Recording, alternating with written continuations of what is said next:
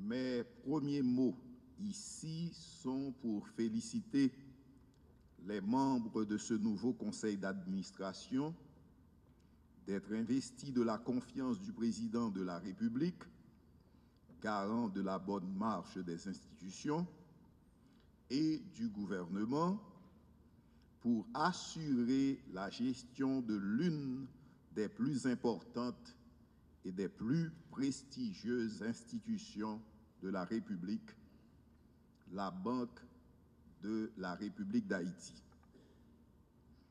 À un moment marqué par de grands défis, tant au niveau politique qu'au niveau socio-économique et financier, l'installation de ce nouveau conseil laisse poindre une lueur d'espoir autour de l'efficacité de notre politique économique à assurer les conditions pour une croissance soutenue et continue.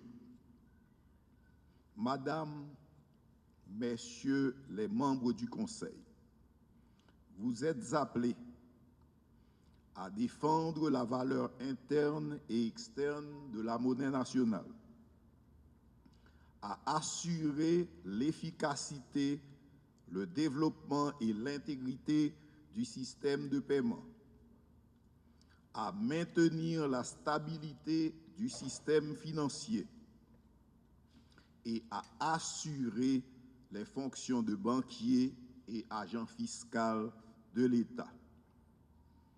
Dans cette optique, sachez que tout le support de mon gouvernement vous est déjà acquis. Par ailleurs, les efforts investis par le gouvernement ont permis certes une meilleure discipline au niveau des dépenses publiques, aboutissant à une réduction du déficit budgétaire et du financement monétaire de la BRH. D'un autre côté, les nouvelles mesures prises par la BRH, les actions mises en œuvre au niveau du ministère de l'Agriculture, avec la campagne de printemps, ont permis, entre autres, un ralentissement de l'inflation en glissement annuel au cours des 2 derniers mois. Toutefois, cela n'a pas suffi pour freiner la dépréciation de la gourde par rapport au dollar. Certes, la BRH s'est toujours montrée responsable et prudente en prenant des mesures pour minimiser les risques, mais les déséquilibres au niveau du commerce international en termes d'exportation et d'importation ont contribué à réduire l'impact des politiques monétaires. Ce nouveau Conseil doit donc redoubler d'efforts en dépit des paramètres externes pour poursuivre une politique monétaire moins restrictive qui inspire confiance et capable de créer les conditions pour une production nationale plus importante, notamment au niveau du secteur agricole. C'est la seule voie pour sortir le pays de ces situations de déséquilibre.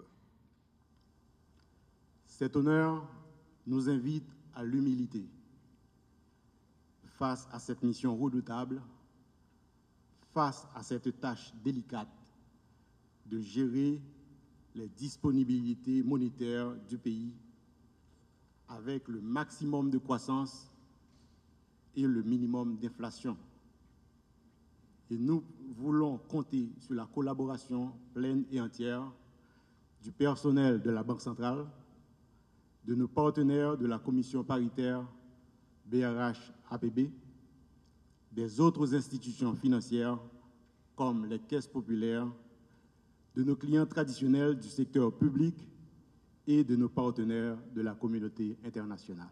Nous avons envisagé et commencé à mettre en œuvre un ensemble de mesures dont l'élimination des réserves obligatoires sur tous les prêts accordés au secteur agricole, l'établissement, en partenariat avec d'autres institutions financières, d'une fenêtre de refinancement des comptes à recevoir pour des entreprises tournées vers les exportations en vue de promouvoir les activités de production, la création d'emplois et de favoriser des initiatives visant l'augmentation de l'offre de devises disponible dans l'économie. Nous demeurons confiants en la capacité de nos institutions et de nos parlementaires à y remédier sans délai. La nation a besoin d'une économie forte et dynamique. L'économie a besoin d'une monnaie saine et stable et l'État a besoin d'une banque centrale alerte et active.